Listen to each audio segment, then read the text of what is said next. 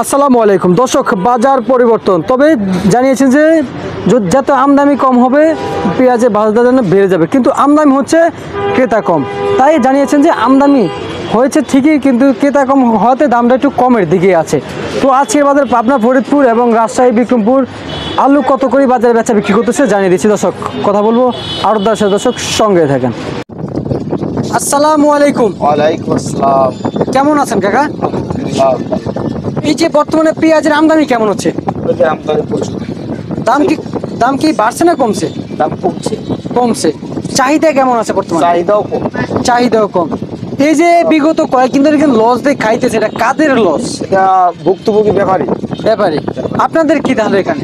আমাদের কমিশন, আমরা তো যাই ব্যক্তি কমিশন আর কি। কমিশন। তো ব্যাপারে কিনে আনি ওখান থেকে একদম লস। আচ্ছা কাকা, বাজারে যে মেয়াদ স্টার আসে তাদের কি উচিত এখানে আসা নাকি হাটে এবং কলস্টারে যাওয়া? তাদের উচিত আমার মোতাবেক কলস্টরে হাটে হাটে। ওখান থেকে দাম কমাইলে এখানে দাম এখানে কমবে, কিন্তু ওরা যদি এখানে ছাড়তে তাহলে ওরা আমদানি কমিয়ে দিবে। কমাই দিব, অর্থাৎ অলরেডি বাড়িয়ে দেবো। অলরেডি দাম আরো বেড়ে কারণ আমি না আনলে আরেকজন না আনলে বাড়িব পারবে। সংকট করলে পারবে না? আচ্ছা আচ্ছা। এটা কি রাজশাহী না পাবনা? কত করে দিচ্ছেন? এটা বেচতেছি সর্বোচ্চ 90, নিচে 90, উপরে 95। আর এগুলো কত করে দিচ্ছেন? এটা হচ্ছে এটাও একই লেভেল 90। 90। এই আর হাইব্রিড হাইব্রিড 95 থেকে 90, 92। 95 থেকে 92। এই রাজশাহীর আলু কত করে দিচ্ছেন? সে আলু 49, 49 টাকা না? 49, 48। 49, 48। আর লাল স্টেক একই দাম। একই দাম চলতেছে।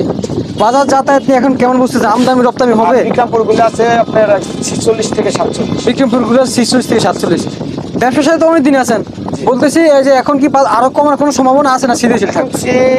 ক্রেতারা কেনাকাটা কম হলে বাজার কমবে। কমে যাবে, কমবে। আচ্ছা আচ্ছা আচ্ছা, ঠিক আছে কাকা, আপনাকে অসংখ্য অসংখ্য ধন্যবাদ।